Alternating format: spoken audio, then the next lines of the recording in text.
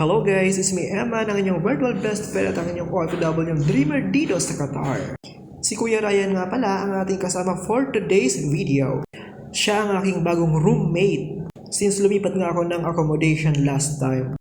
Dahil ako nga po mga best friend ay nalipat din ng workplace assignment. Today is Friday at isa lamang po ang ibig sabihin today is our day off. And nandito tayo sa pinakamalapit na restaurant para mag-merienda. And for our merienda, meron tayong chicken shawarma and karak chai. Ito nga lang yung food na paborito naming orderin dito sa restaurant na ito kapag pumupunta kami dito. Kasi gustong gusto talaga namin yung lasa nito.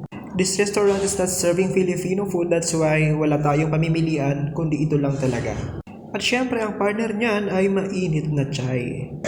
Kuya, ano masasabi mo sa shawarma nila? Very good. Very good.